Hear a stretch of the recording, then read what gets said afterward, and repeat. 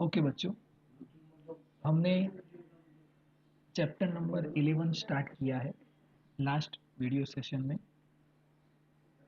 उसमें हमने उसका जो प्राइमरी इंट्रोडक्शन था वो देखा था। चैप्टर नंबर 11, क्या नाम था उसका? Dual nature of matter and radiation. Okay, dual nature of matter and radiation, इसके बारे में हमने थोड़ा बहुत डिस्कशन किया था। अब इसमें सबसे पहले हमने देखा था कि मैटर क्या है, मैटर की प्रॉपर्टी क्या है, what is the property of matter. तो मैटर की प्रॉपर्टी है कि वो पार्टिकल होता है, पार्टिकल इज अ मैटर। जो अगर हम मैटर को थ्रो करते हैं तो वो स्ट्रेट लाइन में मूव करता है। किस लाइन में मूव करेगा? स्ट्रेट लाइन में मूव करता है। उसके पास मास होता है, उसके पास वेलोसिटी होती है, मीन्स उसके पास मोमेंटम होता है। तो मैटर की प्रॉपर्टी क्या है? उसके पास मास होता है, उसके पास वेलोसिटी होती है जब उसको हम थ्रो करते हैं तब, तो उसके पास मोमेंटम होता है, उसके पास एनर्जी भी होती है। तो देखिए, बहुत स्पीड में हम उसको नोट करते हैं। मैटर, इसके पास क्या होता है? मास, वेलोसिटी, और उसके पास क्या होता है? Momentum, because P is equal to M into V, mass और वेलोसिटी से। और उसके पास एनर्जी होती है और वो स्ट्रेट लाइन में मूव करता है। This is the property of matter.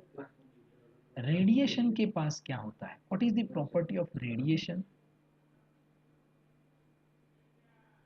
Radiation, तो रेडिएशन स्ट्रेट लाइन में मूव नहीं करता, वो ऐसे मूव करता है। उसके पास मास नहीं होता है और उसके पास एनर्जी होती है। एनर्जी होती है, अगर हम सन के सामने खड़े हो जाते हैं तो हमको एनर्जी मिलती है। उसमें से जो लाइट आती है वो वेव फॉर्म में आती है। ओके, अगर हम वेव ऑप्टिक्स से उसको समझेंगे तो light come in wave form. And अगर हम रे ऑप्टिक्स के बारे में सोचेंगे तो लाइट कैसे आ रही है? स्ट्रेट फॉर्म में, रे फॉर्म में आ रही है। तो उसके पास एनर्जी है। उसके पास रेडिएशन, मतलब जिसके पास वेव नेचर होता है, तो उसके पास उसकी एक इम्पॉर्टेंट प्रॉपर्टी होती है, वेव लेंथ। याद करिए बच्चों, कौन सी प्रॉपर्टी होती है? Wave length. ओके, जिसको हम लैम्डा बोलते हैं। तो ये मैटर और रेडिएशन की प्रॉपर्टी है। पर हम इस चैप्टर में dual nature of matter and radiation क्या समझना चाहते हैं कि मैटर के पास अपना जो नेचर है वो तो है ही, पर दूसरा किसका नेचर है? रेडिएशन का। और रेडिएशन के पास अपना नेचर तो है ही, पर दूसरा किसका नेचर है? मैटर का। मीन्स इसके पास डबल नेचर हो गए, इसके पास भी डबल नेचर हो गए। तो dual nature of matter and radiation, तो इसके बारे में सब जो साइंटिस्ट थे उन्होंने शुरुआत की थी कि मैटर को रेडिएशन बताए और रेडिएशन को मैटर बताए। पर कैसे बता सकते हैं मैटर ही रेडिएशन है या रेडिएशन ही मैटर है? ऐसा हम कब प्रूव कर सकते हैं?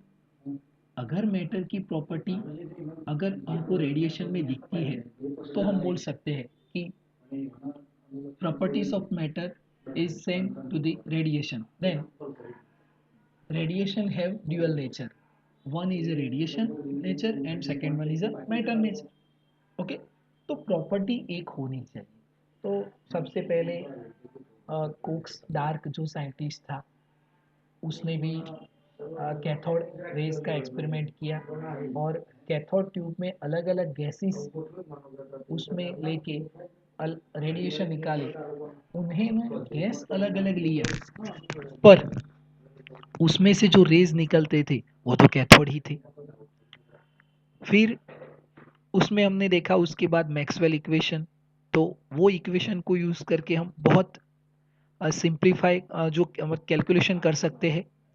उसके बाद हमने देखा एक्सरेज की शोध हुई, एक्सरे फाइंड हुए, रॉन्टजन ने किए। उसके बाद जो एक हिस्टोरिकल जो क्रांतिकारी जो हमको रिसर्च हुआ वो इलेक्ट्रॉन के बारे में हुआ, जे जे थॉमसन ने किया। क्योंकि इलेक्ट्रॉन किसी भी ऑब्जेक्ट को अगर हम समझना चाहते हैं तो उसके छोटे से छोटे पार्टिकल को हम समझना पड़ेगा हमको। तो इलेक्ट्रॉन वो सबसे छोटा पार्टिकल है किसी भी ऑब्जेक्ट का, तो वो एक बहुत ही इम्पोर्टेंट रिसर्च हुआ। उसमें से जे जे थॉमसन ने हमको ई बाय एम का रेशियो दिया। क्या दिया? ई बाय एम का रेशियो दिया। कितना था? 1.76 इंटू 10⁻11 कूलम पर केजी। उसके बाद मिलिकान ने अपने ऑयल ड्रॉप एक्सपेरिमेंट से वैल्यू ऑफ इलेक्ट्रॉन दिया। वैल्यू ऑफ इलेक्ट्रॉन कितना था? 1.6 इंटू 10⁻90 कूलम। ओके, अब यहाँ पे ए हम जो सारे साइंटिस्ट थे वो एक ही डायरेक्शन में रिसर्च कर रहे थे कि मैटर को रेडिएशन और रेडिएशन को मैटर दिखाया जाए। बरोबर है? तो हमारा फिजिक्स का थ्रस्ट एरिया भी वही है, यूनिफिकेशन। किसी भी चीज को हम एक दिखाए, जैसे हम बहुत सारे फोर्सेस के बारे में जानते हैं और सभी फोर्सेस को अगर हम एक करना चाहेंगे तो हम नैरो डाउन करते करते हमारे पास अभी कितने फोर्सेस अवेलेबल है?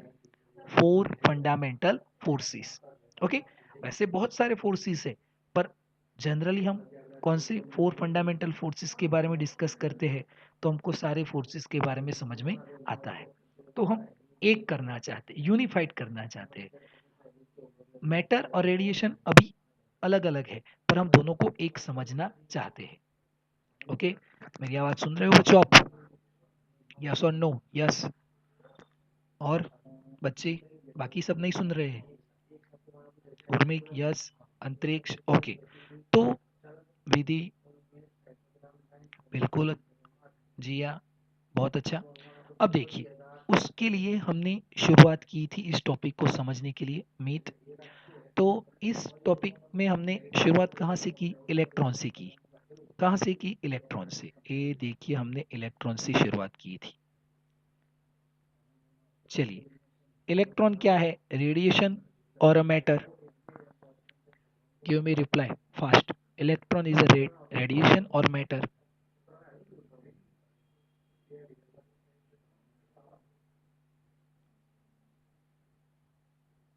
यस यस, आप आंसर दे सकते हो ईशा, मैटर। बिल्कुल सही, क्योंकि वो उसके पास पार्टिकल नेचर है। जब इसको आप थ्रो करोगे तो वो स्ट्रेट लाइन में मूव करता है।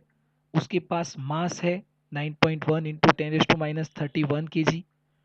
वो उसके पास स्पीड है, उसके पास मोमेंटम है। Then electron is a matter, particle nature है। ओके, तो हम इलेक्ट्रॉन को लेके ये जो dual nature of matter and radiation है उसको समझने का स्टार्ट करते हैं। तो हमने लास्ट वीडियो लेक्चर में इन सब के बारे में डिस्कशन किया था और हमने बोला कि ए मैटर है तो मैटर के पास भी एनर्जी है, तो इलेक्ट्रॉन के पास भी एनर्जी है। तो ये एनर्जी किस फॉर्म में है? तो जब इलेक्ट्रॉन, देखिए इसको हम रिवाइज करके आगे चलते हैं। इलेक्ट्रॉन जब ऑर्बिट में मूव करता है, ऑर्बिट में मूव करता है, तब उसके पास एनर्जी होती है। एनर्जी होती है, जैसे ए ऑर्बिट है और ए इलेक्ट्रॉन ऐसे मूव कर रहा है इस ऑर्बिट में, इस ऑर्बिट में, तो उसके पास क्या होती है? एनर्जी होती है। ओके, सेकेंड वन कि इलेक्ट्रॉन इलेक्ट्रॉन जब फ्री होता है, फ्री कब होगा? ये एक ऑर्बिट है, ये दूसरी ऑर्बिट है, ये तीसरी ऑर्बिट पे, यहाँ पे इलेक्ट्रॉन है, इसको हमने एनर्जी दी, या आप केमिस्ट्री में इसको ग्राउंड स्टेट बोलते हो। ये यहाँ पे गया, पर यहाँ पे ऑलरेडी इस ऑर्बिट में अपने इलेक्ट्रॉन, फिक्स इलेक्ट्रॉन है, तो इसको यहाँ पे जगह नहीं मिलेगी, तो ये कहाँ पे मूव करेगा? यहाँ पे बीच में, बिटवीन टू ऑर्बिट। तो इस इलेक्ट्रॉन को हम क्या बोलेंगे? Free electron. तब भी उसके पास एनर्जी होती है। अब हम ये समझ रहे थे कि ये प्लेट है, ये क्या है? प्लेट। अब इस प्लेट में कोई भी आप मेटल की प्लेट ले लो, एल्यूमिनियम, प्लेटिनम, गोल्ड, सिल्वर, कोई भी प्लेट ले लो, उस प्लेट में इलेक्ट्रॉन होते हैं, और जितने इलेक्ट्रॉन होंगे उतने ही पॉजिटिव चार्ज भी होंगे। मतलब ये जो प्लेट है वो कैसी है? अभी उसका नेट चार्ज कितना है? जीरो। इस प्लेट के पास नेट चार्ज कितना है? जीरो। ओके, तो इसके पास नेट चार्ज जीरो है, पर अगर मुझे इसमें से इलेक्ट्रॉन को इजेक्ट आउट करना है, एमिट करना है, इसमें से बाहर निकालना है इस सरफेस से, तो मुझे क्या करना पड़ेगा? उसको एनर्जी देनी पड़ेगी। क्या देनी पड़ेगी? एनर्जी। हमने उसको एनर्जी दी, हमने इसको एनर्जी दी, मान लो कि हमने उसको एनर्जी दी, पर हमने देखा कि जैसे ये प्लेट में से इलेक्ट्रॉन बाहर निकला, तो इसके पास कौन सा चार्ज हुआ? इलेक्ट्रॉन है, मीन्स नेगेटिव चार्ज। तो पहले ए देखिए, उसका नेट चार्ज कितना था? जीरो, बरोबर है। अब ए नेगेटिव है, तो अंदर प्लेट के अंदर कौन सा चार्ज हुआ हो, जनरेट हुआ होगा? पॉजिटिव, क्योंकि एक नेगेटिव चार्ज गया, तो अब इसके पास कौन सा चार्ज है? Positive charge. पर जैसे ए इलेक्ट्रॉन यहां से बाहर निकलता है, तो ए पॉजिटिव उसको अपनी तरफ अट्रैक्ट करता है बाय कूलम फोर्स।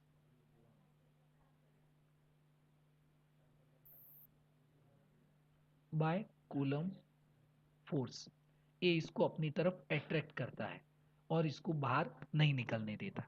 ओके, पर हमने ठान लिया है, हमने डिसाइड किया है कि हम इस इलेक्ट्रॉन को यहाँ से बाहर निकाल के रहेंगे, यहाँ से बाहर निकाल के रहेंगे।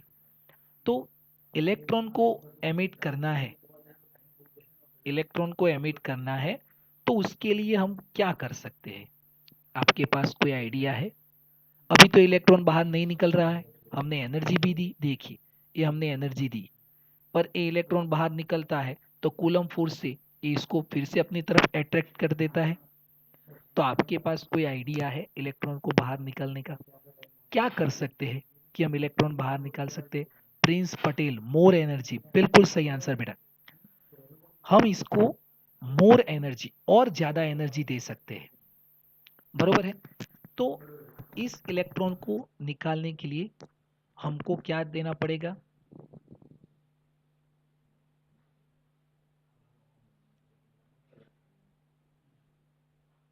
More energy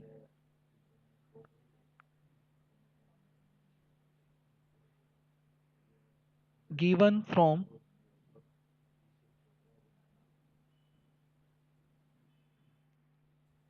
eject out to electron from surface। Surface में से इलेक्ट्रॉन को निकालने के लिए कितनी एनर्जी देनी पड़ेगी? More energy. तब जाके वो इलेक्ट्रॉन क्या करेगा? सरफेस से बाहर निकलेगा, सरफेस से बाहर निकलेगा। ओके, अब ये एनर्जी कितनी होनी चाहिए? ये एनर्जी कितनी होनी चाहिए, कितनी मोर एनर्जी होनी चाहिए? तो इसको समझते हैं। देखिए यहाँ पे ये हमने एक प्लेट लिया, ये हमने एक प्लेट लिया। ओके, अब इस प्लेट में यहाँ पे एक इलेक्ट्रॉन है, यहाँ पे एक इलेक्ट्रॉन है, यहाँ पे एक इलेक्ट्रॉन है। चलिए, अब आप मुझे बताइए कि इसमें से कौन सा इलेक्ट्रॉन कौन सा इलेक्ट्रॉन इजीली या बहुत जल्दी में इस सरफेस से इजेक्ट होगा, एमिट होगा। 3 इलेक्ट्रॉन आपको दिख रहे हैं, उसमें से कौन सा इलेक्ट्रॉन सबसे फास्ट सरफेस से बाहर निकल जाएगा? Give me answer. उर्मिक, प्रिंस, ईशा, जो भी स्टूडेंट है। Which is near to surface, uppermost. Urmik बिल्कुल सही आंसर बच्चों। तो जो इलेक्ट्रॉन इस सरफेस के नियर है, यहाँ पे बिल्कुल सरफेस के पास है, वो इलेक्ट्रॉन यहाँ से जल्दी से बाहर निकलेगा, जल्दी से बाहर निकलेगा। अब देखिए, मैंने इस इलेक्ट्रॉन को 10 जितना एनर्जी दिया, कितना? 10 जितना। तो ये इलेक्ट्रॉन यहाँ से बाहर निकल जाता है, बाहर निकल जाता है। जितना उसको चाहिए उतना हमने दिया बाहर निकलने के लिए, तो यहाँ से वो इजेक्ट हो गया। इलेक्ट्रॉन इजेक्ट आउट हो गया। ओके, अब इसी इलेक्ट्रॉन को मैंने 12 जितना एनर्जी दिया, तो वो इजेक्ट आउट होगा या नहीं? If we give 12 energy to uppermost electron,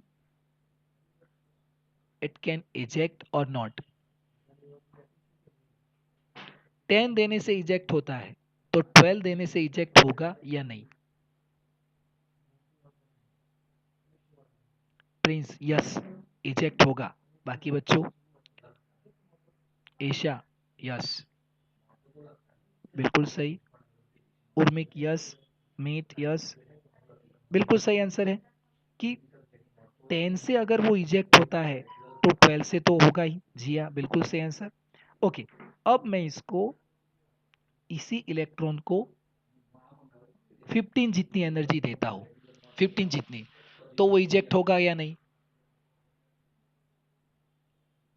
होगा, बिल्कुल होगा, क्योंकि हम 10 से तो ज्यादा ही एनर्जी दे रहे हैं। ओके, 10 से तो हम ज्यादा एनर्जी दे रहे हैं, तो इसमें एक 10 जो एनर्जी है, उससे ही अगर इलेक्ट्रॉन इजेक्ट होता है तो हमको उससे ज्यादा एनर्जी देने की कोई जरूरत नहीं है। ओके, तो ये जो 10 जितनी एनर्जी है, उसको हम बोलते हैं वर्क फंक्शन। क्या बोलते हैं? Work function. जो मिनिमम रिक्वायर्ड एनर्जी है, minimum required energy for eject out two electron, electron को इजेक्ट आउट करने के लिए जो मिनिमम एनर्जी चाहिए, उसको हम क्या बोलेंगे? Work function. मिनिमम का मतलब आपको क्या समझना है कि एनर्जी, इलेक्ट्रॉन को इजेक्ट करने के लिए हमको मोर एनर्जी देनी तो पड़ेगी, पर उस मोर एनर्जी में जो सबसे कम एनर्जी से वो इलेक्ट्रॉन जब निकल जाता है, इजेक्ट होता है, एमिट होता है, तो उस एनर्जी को हम बोलते हैं वर्क फंक्शन। ओके, तो यहाँ पे एक वर्ड्स हमको और समझना है, वर्क फंक्शन। वर्क फंक्शन, उसका सिंबल है 50। ओके, तो वर्क फंक्शन को हम कैसे डिफाइन करेंगे? तो इसको हम डिफाइन करेंगे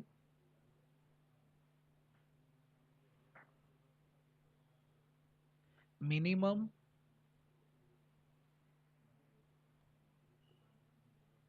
required energy, minimum required energy for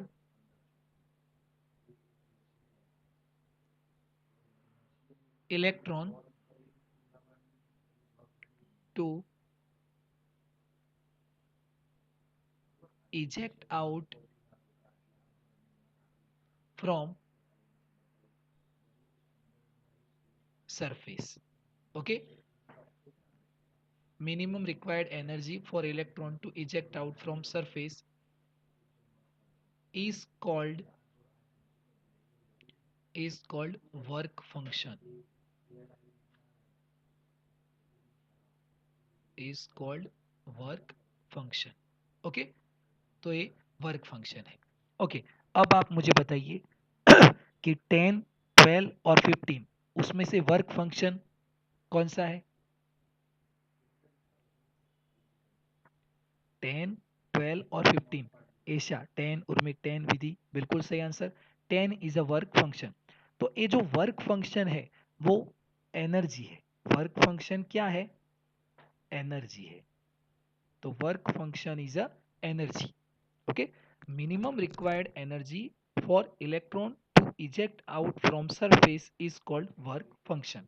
तो सरफेस में से इलेक्ट्रॉन को निकालने के लिए जो मिनिमम एनर्जी चाहिए उसको हम वर्क फंक्शन बोलेंगे।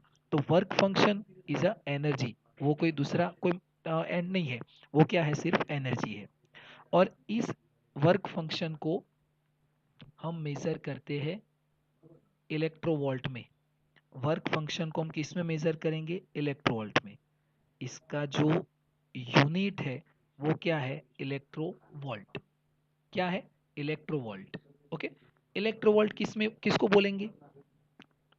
इलेक्ट्रोवोल्ट किसको बोलेंगे?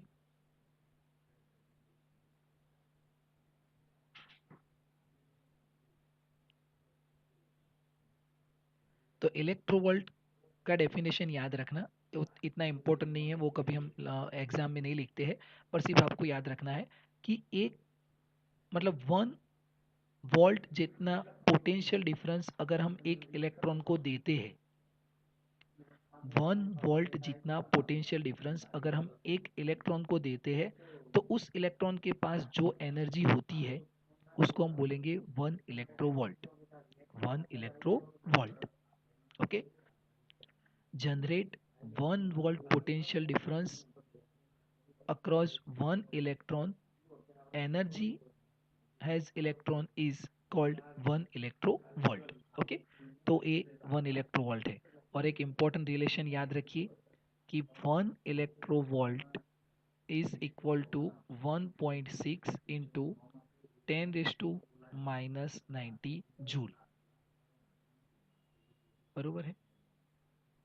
ये जब हम जूल में कन्वर्ट करते हैं तो वो इतना होता है। 1 electronvolt is equal to 1.6 into 10⁻90 joule.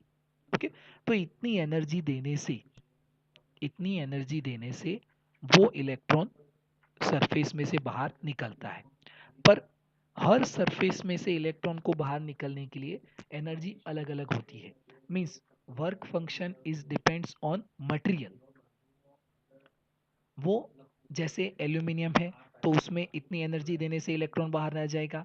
Iron है तो उसमें इतनी एनर्जी देंगे मिनिमम, तभी इलेक्ट्रॉन बाहर निकलेगा। तो work function is a property of material. सबके लिए अलग अलग एनर्जी देने से, सब मटेरियल में अलग अलग एनर्जी देने से इलेक्ट्रॉन बाहर निकलते हैं। तो देखिए उसके लिए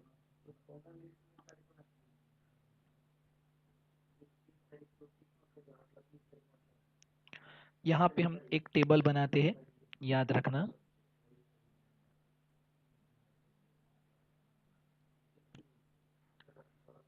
यहाँ पे मेटल,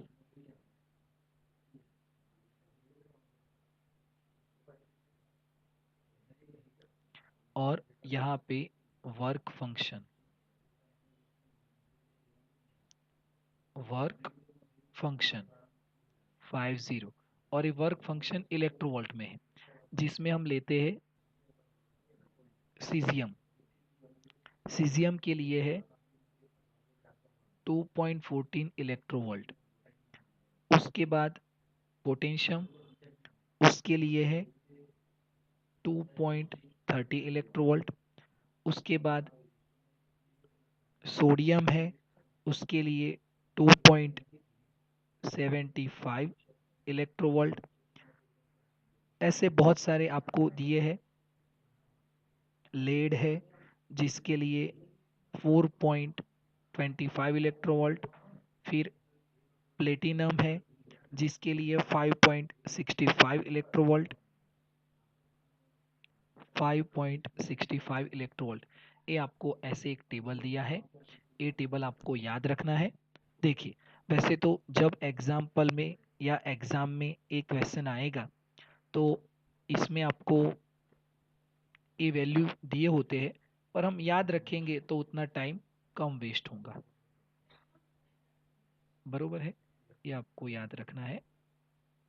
चलिए, ए वर्क फंक्शन की वैल्यू हो गई अलग अलग मटेरियल के लिए, अलग अलग मैटर के लिए। ओके, अब मैं आपको बोलता हूँ, यहाँ पे देखिए, मेरे पास एक प्लेट है, ए एक प्लेट है, ए प्लेटिनम का प्लेट है। कौन सा प्लेट है? प्लेटिनम का। और इस प्लेटिनम के प्लेट में या प्लेट पर मैं एनर्जी अप्लाइड करता हूँ 4 इलेक्ट्रोवोल्ट। तो क्या इसमें से इलेक्ट्रॉन इजेक्ट होंगे या नहीं? यस और no? We give 4। No Prince, Aisha no, Urmik no. क्यों नहीं होंगे बच्चों? क्योंकि उसका वर्क फंक्शन कितना है? 5.65। उसको मिनिमम कितनी एनर्जी चाहिए? मिनिमम उसको कितनी एनर्जी चाहिए? 5.65 इलेक्ट्रोवोल्ट। तब जाके वो यहां से बाहर निकलेगा। अब देखिए, उस प्लेटिनम के प्लेट पे मैं 6 इलेक्ट्रोवोल्ट एनर्जी देता हूं। अब जाके वो बाहर निकलेगा या नहीं? इसमें से इलेक्ट्रॉन इजेक्ट होंगे या नहीं? यस, बिल्कुल होंगे, क्योंकि हमने उसकी जो रिक्वायर्ड एनर्जी है उससे तो ज्यादा एनर्जी दी, तो ये इलेक्ट्रॉन क्या होंगे? इजेक्ट होंगे। और याद रखिए बच्चों, कोई भी प्लेट होती है तो उस प्लेट के अंदर फ्री इलेक्ट्रॉन होते ही है। चाहे आप कोई भी प्लेट ले लो, एल्यूमिनियम, स्टील, मतलब जो प्लेटिनम है, सीजियम है, पोटेशियम, सोडियम, लेड, किसी भी प्लेट के अंदर फ्री इलेक्ट्रॉन होते हैं। और वो फ्री इलेक्ट्रॉन जब ऐसे घूमते हैं और उसको हम इजेक्ट करना चाहते हैं, तो हमको मोर एनर्जी देनी पड़ेगी। पर वो मोर एनर्जी कितनी होनी चाहिए? वर्क फंक्शन जितनी, इक्वल टू वर्क फंक्शन और ग्रेटर देन वर्क फंक्शन। अगर उससे कम होगी तो इलेक्ट्रॉन इजेक्ट नहीं होगी। ओके, अब ये तो बात हुई वर्क फंक्शन की, कि इतनी एनर्जी देने से हम इलेक्ट्रॉन को इजेक्ट कर सकते हैं। पर ये एनर्जी हम कैसे देंगे? एनर्जी देने के लिए हमारे पास कुछ तो मेथड होने चाहिए। How we applied energy on material, on surface, हम कैसे इसको एनर्जी देंगे? इसको एनर्जी देने के लिए हमारे पास कुछ तो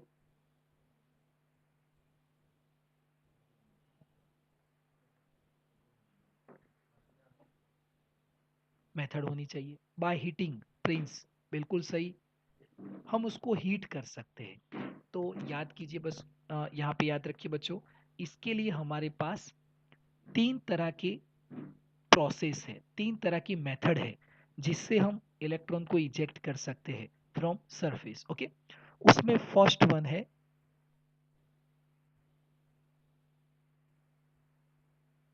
देखिए, उसमें फर्स्ट वन है थर्मल एमिशन। उसमें फर्स्ट वन क्या है? Thermal emission. बरोबर है, ये आपको एक याद रखना है। इस टेबल में आप देखिए बहुत सारे आपको एलिमेंट दिए हैं, पर सारे आपको याद नहीं करने हैं। वैसे तो एग्जाम में उसकी वैल्यू दी होती है, पर जितने आप याद रखोगे उतना आपके लिए अच्छा होगा। तो एक है थर्मल एमिशन। ओके, अब थर्मल एमिशन से हम इलेक्ट्रॉन को इजेक्ट कर सकते हैं। इसमें कैसे करेंगे? तो देखिए, ये एक प्लेट है, इस प्लेट को हम हीट करेंगे। क्या करेंगे? हीट करेंगे। हीट कैसे करेंगे? हीट कैसे करेंगे? तो उसको किसी गैस के स्टोव पे रख सकते हैं। तो यहाँ पे जैसे हम इसको एनर्जी देंगे, हीट देंगे, तो इसमें से इलेक्ट्रॉन क्या होंगे? इजेक्ट होंगे। क्या होंगे? इजेक्ट होंगे। तो थर्मल, थर्मल से ही आपको पता लगेगा कि हीट के साथ रिलेटेड है। तो उसको हीट देने से इसमें से हम इलेक्ट्रॉन को इजेक्ट कर सकते हैं, एमिट कर सकते हैं। Okay, this is one method. Second one is a field emission. इसको हम क्या बोलते हैं? Field emission. फील्ड एमिशन, इसको आप कोल्ड एमिशन भी बोल सकते हो। आपकी बुक में दिया है कि फील्ड एमिशन को आप कोल्ड एमिशन से भी जानते हो। तो फील्ड एमिशन से हम इलेक्ट्रॉन को कैसे इजेक्ट कर सकते हैं? तो इसमें हम इलेक्ट्रिक फील्ड अप्लाइड करते हैं, सरफेस के अराउंड हम इलेक्ट्रिक फील्ड अप्लाइड करते हैं। जैसे ये हमारे पास एक सरफेस है, ओके, मैंने यहाँ पे इलेक्ट्रिक फील्ड अप्लाइड करना है। इलेक्ट्रिक फील्ड किस लाइन में होगा, किस डायरेक्शन में होता है? Positive to negative. यहाँ पे जो इलेक्ट्रॉन है वो किस तरफ मूव करेंगे? प्लस की तरफ या माइनस की तरफ? किस तरफ अट्रैक्ट होंगे? यस, इलेक्ट्रॉन किस तरफ जाएंगे? प्लस की तरफ। तो हम अगर किसी प्लेट के around electric field, strong electric field, और वो कितना होता है इलेक्ट्रिक फील्ड, तो उसका आपको वैल्यू याद रखना है 10⁸ वोल्ट पर मीटर। पॉजिटिव ही है, 10⁻+8 है। इतना ज़्यादा अगर हम इलेक्ट्रिक फील्ड किसी प्लेट के सरफेस के अराउंड अप्लाइड करते हैं, क्रिएट कर सकते हैं, तो वो इलेक्ट्रॉन ऑटोमेटिकली उसमें से एमिट हो सकते हैं। ओके, तो इतना स्ट्रॉन्ग इलेक्ट्रिक फील्ड हम इसमें अप्लाइड करेंगे तो इसमें से इलेक्ट्रॉन एमिट होंगे। तो इसको हम कैसे याद रखेंगे? Field emission. याद रखिए बच्चों, जैसा उसका नाम है वैसे ही उसकी प्रोसेस है। फील्ड मीन्स इलेक्ट्रिक फील्ड, तो उससे आप इलेक्ट्रॉन को निकाल सकते हो। This is second method. Third method is a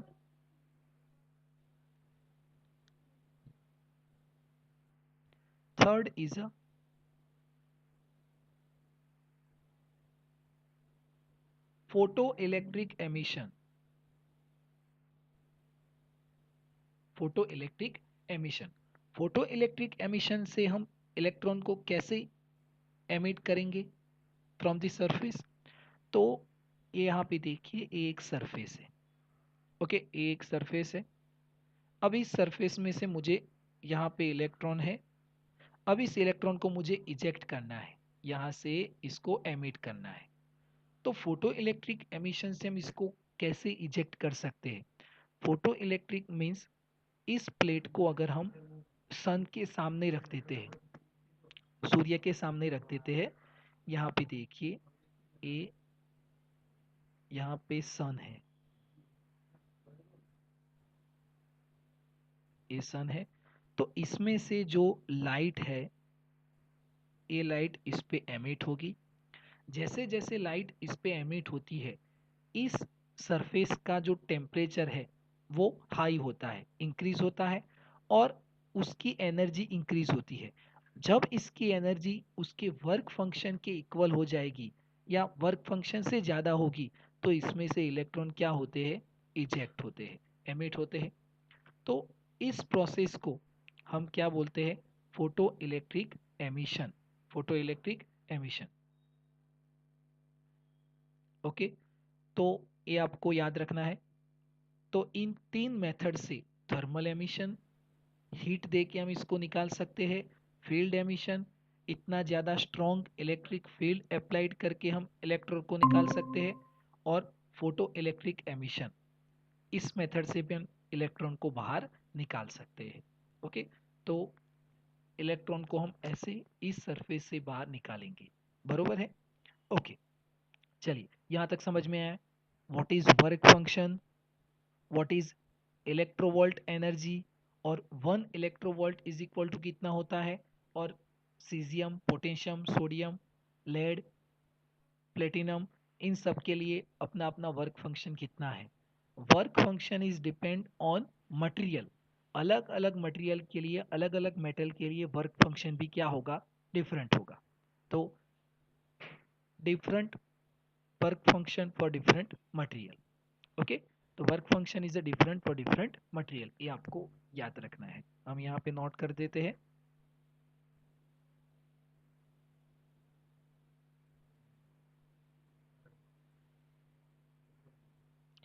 work function is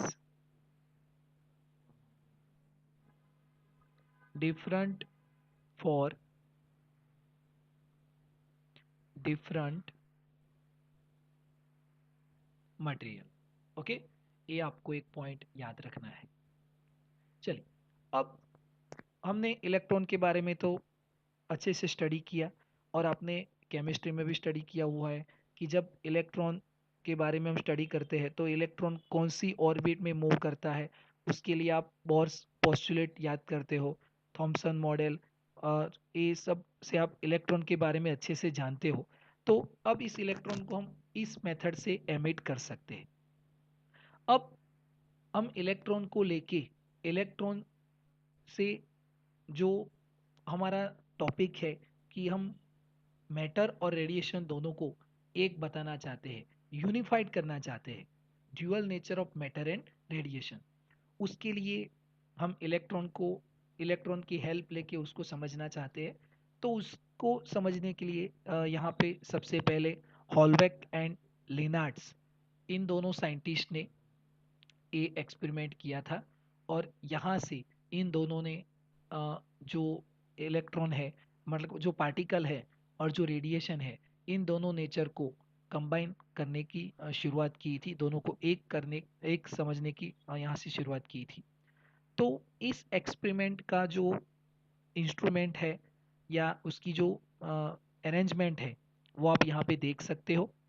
पर इसको समझने से पहले हमको दो वर्ड क्लियर करने हैं, और दो वर्ड कौन से हैं?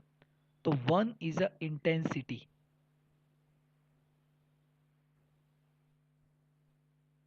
Intensity, okay. एक वर्ड है इंटेंसिटी और दूसरा वर्ड है फ्रीक्वेंसी।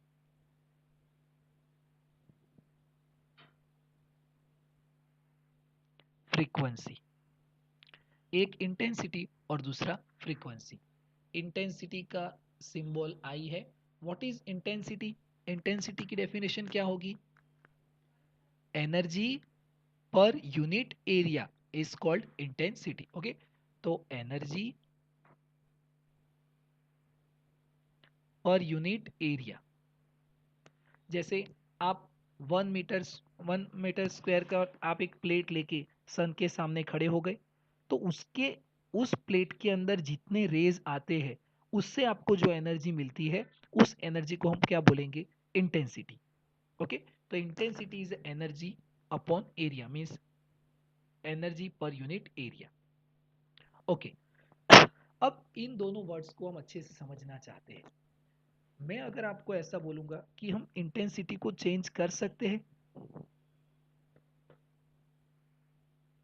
या हम कैसे इंटेंसिटी को चेंज कर सकते हैं, how can we change intensity, intensity को हम कैसे चेंज कर सकते हैं, और फ्रीक्वेंसी को हम कैसे चेंज कर सकते हैं। तो देखिए, हम हमारे सबके घरों के अंदर, रूम के अंदर, कमरे के अंदर हम बल्ब, ट्यूबलाइट को यूज करते हैं। तो हमारे पास एक 40 वॉट का एक बल्ब है, 40 वॉट का एक बल्ब है। बल्ब स्टार्ट करने से हमको लाइट मिलती है, तो 40 वॉट का बल्ब हमको लाइट देगा। अब 40 वॉट की जगह पे हमने यहाँ पे 60 वॉट का बल्ब यूज किया, 60 वॉट का बल्ब यूज किया, तो यहाँ पे मुझे लाइट ज़्यादा हो मिलेगी या कम लाइट मिलेगी? 40 वॉट से 60 वॉट में लाइट ज़्यादा होगा। कैसी लाइट मिलेगी मुझे? रिप्लाई दे सकते हो आप?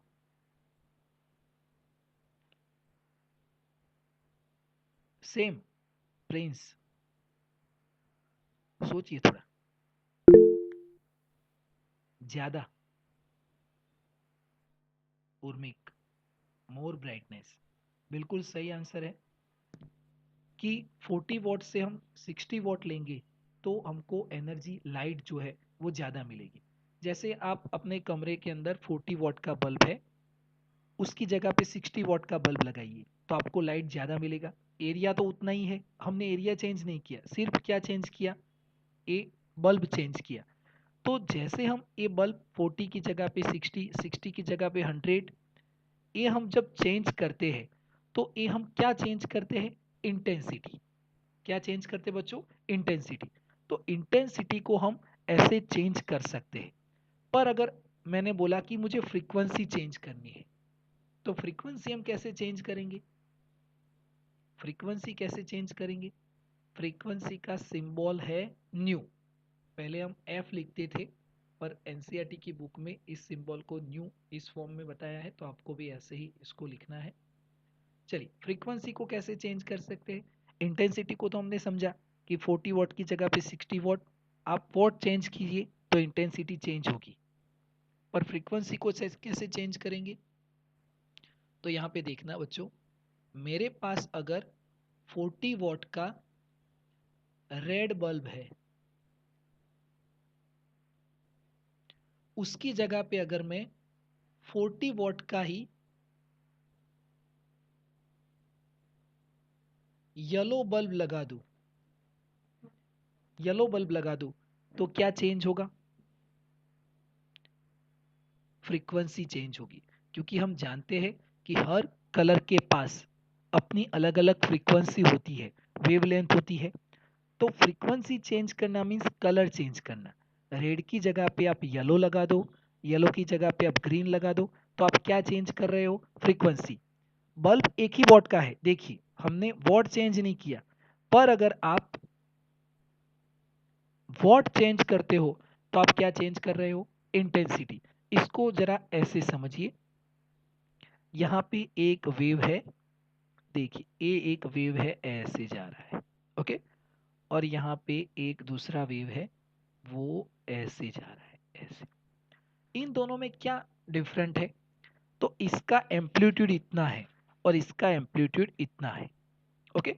तो हमको पता है कि intensity is related with amplitude, I is directly proportional to A square. A amplitude अगर 2 है और ए 4 है, पर इसकी फ्रीक्वेंसी सेम है, देखिए ये फ्रीक्वेंसी सेम है, तो एम्पलीट्यूड चेंज करने से क्या चेंज हुआ? इंटेंसिटी। अब यहाँ पे देखिए, मेरे पास एक वेव ऐसे है, ए एक वेव है, ए आप देख रहे हो ऐसे, और दूसरा वेव ये आप देख रहे हो ऐसे। इन दोनों में क्या डिफरेंट है? तो इसकी देखिए 1 2, ए इसकी फ्रीक्वेंसी है, उस इसमें देखिए 1 2 3 4 5, इसकी फ्रीक्वेंसी ज़्यादा कर दी हमने।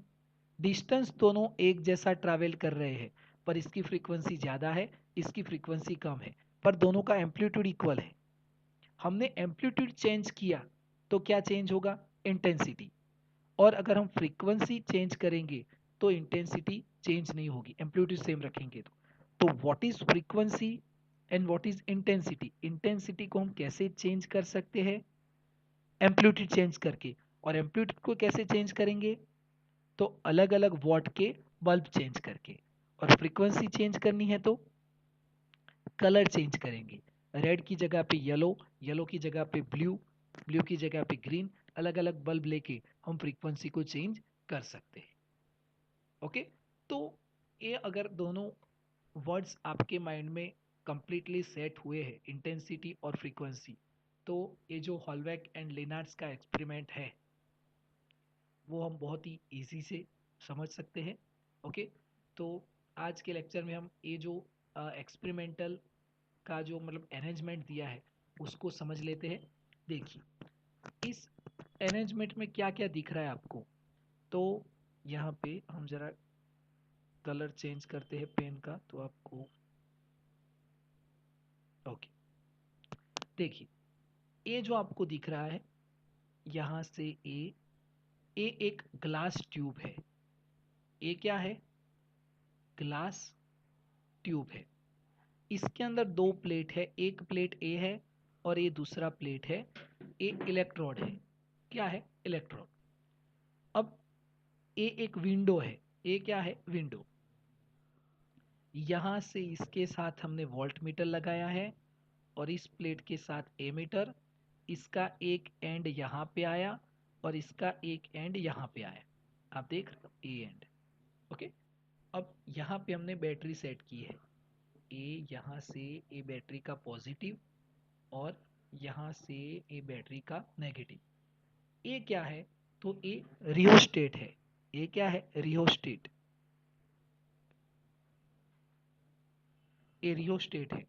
रियोस्टेट से हम क्या चेंज कर सकते हैं? तो पोटेंशियल डिफरेंस चेंज कर सकते हैं। इस पॉइंट को हम यहाँ पे रखेंगे, यहाँ पे रखेंगे, इसको ये स्लाइडर है, इसको यहाँ से स्लाइड करेंगे तो यहाँ से ऐसे स्लाइड करने से पोटेंशियल डिफरेंस चेंज होगा। ओके, और यहाँ पे ये एक विंडो है और यहाँ से लाइट आती है, यहाँ से क्या आएगा? लाइट। ये लाइट इस विंडो से एंटर होके इस प्लेट पे स्ट्राइक करेगी। ओके, और इस प्लेट में से इलेक्ट्रॉन एमिट होते हैं, यहाँ से इलेक्ट्रॉन एमिट होते हैं। तो ये इलेक्ट्रॉन को एमिट करने का कौन सा मेथड है? अभी हमने तीन मेथड देखेंगे, थर्मल, फील्ड और फोटो इलेक्ट्रिक। तो लाइट आ रही है और यहाँ से इलेक्ट्रॉन फ्री हो रहे हैं, ये कौन सा मेथड है बच्चों? फोटो इलेक्ट्रिक विधि, बिल्कुल सही है उर्मिक, फोटो इलेक्ट्रिक बिल्कुल सही आंसर है। तो हम कौन से मेथड से यहाँ से इलेक्ट्रॉन को एमिट कर रहे हैं? फोटो इलेक्ट्रिक मेथड से। ओके, तो अब देखिए यहाँ पे एक रोटरी स्विच है, रोटरी स्विच जैसे, जिसको हम ऐसे रोटेट कर सकते हैं। अब अगर इस एंड को मैं इसके साथ ज्वाइन करता हूँ, मीन्स रोटरी स्विच को मैं ऐसे रोटेट करता हूँ, ऐसे रोटेट करता हूँ, तो ये इसके साथ ज्वाइन कर देंगे हम, इसके साथ, और इसको इसके साथ ज्वाइन करेंगे तो देखिए ए यहाँ से ए नेगेटिव है, तो ए यहाँ से ए प्लेट क्या हो गया? नेगेटिव। और ए पॉजिटिव है, तो देखिए ए पॉजिटिव है, तो यहाँ से ए प्लेट कैसा हो गया? पॉजिटिव, ए पॉजिटिव हो गया। अब यहाँ से जो इलेक्ट्रॉन एमिट होंगे वो इस तरफ पॉजिटिव है तो इस तरफ अट्रैक्ट होंगे, अट्रैक्ट होंगे, बरोबर है। पर अगर देखिए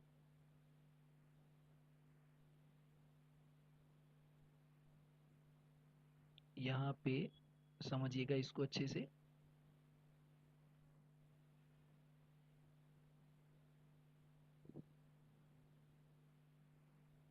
इस को मैं इसके साथ ज्वाइन करता हूँ, मीन्स इसके साथ, और इसको इसके साथ ज्वाइन करता हूँ, तो ए प्लेट क्या हो जाएगा? पॉजिटिव, और ए प्लेट क्या हो जाएगा? नेगेटिव। अब इलेक्ट्रॉन इस तरफ आएंगी या नहीं आएंगी? क्योंकि ये भी नेगेटिव है, इलेक्ट्रॉन भी नेगेटिव है, तो दोनों के बीच क्या होगा? रिपल्शन होगा। क्या होगा? रिपल्शन। तो इलेक्ट्रॉन उस तरफ नहीं जाएंगे, धीरे धीरे करके इलेक्ट्रॉन आना बंद हो जाएंगे। पर जब यहाँ से इलेक्ट्रॉन इस तरफ मूव करते हैं तो इस प्लेट में से जो इलेक्ट्रॉन निकले उस इलेक्ट्रॉन को हम क्या बोलेंगे? Free electron. और फ्री इलेक्ट्रॉन जब यहाँ से चलते हैं तो हमको एमीटर क्या दिखाएगा? करंट दिखाएगा। क्या दिखाएगा? करंट दिखाएगा, क्योंकि एमीटर का काम क्या है? करंट दिखाना। और करंट किससे बनती है? करंट किससे बनती है? फ्री इलेक्ट्रॉन से। आपने चैप्टर नंबर 3 में पढ़ा ना कि free electron make a current. Okay, तो करंट, इलेक्ट्रॉन ज़्यादा होंगे तो ज़्यादा करंट दिखाएगा, इलेक्ट्रॉन कम होंगे तो कम करंट दिखाएगा। तो ये जो पूरा हमने यहाँ पे अरेंजमेंट हम देख रहे हैं, वो पूरा अरेंजमेंट जो है वो हॉलवेक एंड लेनार्ड का एक्सपेरिमेंट का अरेंजमेंट है। अब जब हम इसको स्टार्ट करेंगे नेक्स्ट लेक्चर में, तो Hallwachs and Lenard's experiment is a most important experiment, बहुत इसमें से आएगा। अब इसमें से हम ये जो लाइट है इसको हम चेंज करते जाएंगे, अलग अलग इंटेंसिटी की लाइट चेंज करेंगे या तो अलग अलग फ्रीक्वेंसी चेंज करेंगे, और हमको रिजल्ट ऑब्जर्वेशन देखने हैं कि इंटेंसिटी चेंज करने से क्या चेंज होता है और फ्रीक्वेंसी चेंज करने से क्या चेंज होता है, और उनका रिलेशन मैटर और रेडिएशन के साथ क्या है। ओके, तो ये जो आज हमने जितना भी डिस्कशन किया, मैटर और रेडिएशन की प्रॉपर्टी क्या है, इलेक्ट्रॉन को हम कैसे बाहर निकालेंगे, फ्रीक्वेंसी क्या है, इंटेंसिटी क्या है, उस सब के बारे में आपको अच्छे से याद करना है।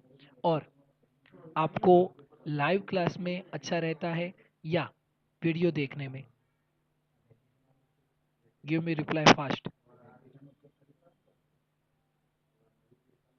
Live class Urmik, live class Prince, Esha live class, Shrey, Jiya, बिल्कुल सही बच्चों। तो मैं ये वीडियो आज आपके ग्रुप में भी सेंड कर दूंगा, आज या कल। वीडियो तो मैं सेंड करूंगा, यही वीडियो। अगर आप लाइव क्लास अटेंड नहीं कर सकते हो तो आप वीडियो भी देखना, पर आप अटेंड करो, ऐसा प्रयत्न करना, ट्राई करना। तो इस चैप्टर में हम अच्छे से समझेंगे और बहुत ही अच्छा चैप्टर है ये। आप उत्कर्ष वीडियो, क्यों बेटा आपको वीडियो क्यों? नेटवर्क का प्रॉब्लम है। तो इस लेक्चर को हम यहाँ पे, यस यस, यहाँ पे कंप्लीट करते हैं, बरोबर है।